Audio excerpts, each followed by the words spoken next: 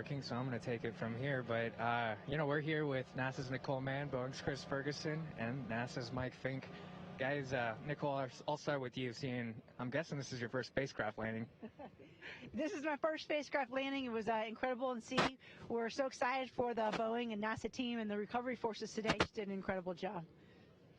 Crystal clear day. You could see it from about 300 kilometers away. Good double sonic boom.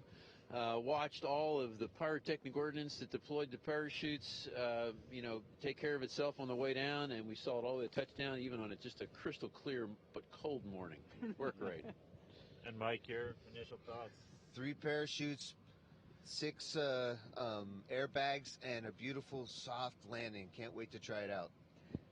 So we had a flawless launch. We had a couple of issues once we were up there. What's it mean now to see this vehicle come down, almost picture perfect? Flight test data, flight test data, flight test data. We got a lot of data on the launch, the orbital portion of the flight, the ECLIS system, that's environmental control life support.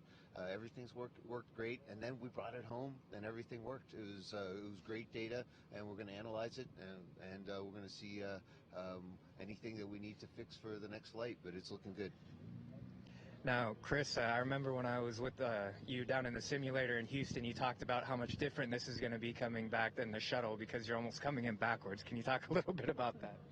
Yeah, what really impressed me was, the shuttle sort of glided into the atmosphere, and at the sort of at the end game, it was pretty steep. This was really steep, so it almost looked like it was going to overshoot the landing site, and at the last minute, gravity sort of took over, and it pretty much came straight on down. So I was a little curious about the boom. We got a nice double boom out of it. I wouldn't say it was real loud, but other than that, being able to just watch the entire sequence from the ground on down was just fantastic. I heard our radar team picked up lock right over the mountains as it was mountain rise, which is great. I heard that the WB-57 with reconnaissance and telemetry data picked up a lot as well. So we're going to have a lot to look at. I think really clean landing.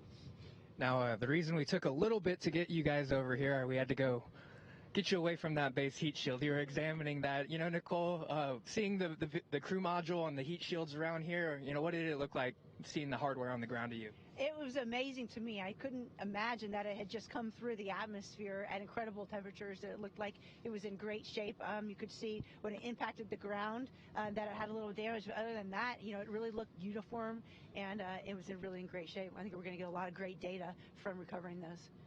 Well, I know it's pretty cold out here. We might let you guys bundle back up and toss it back to you guys, Brandy and Steve, out in Houston. And I want to bundle back up, too. It's freezing.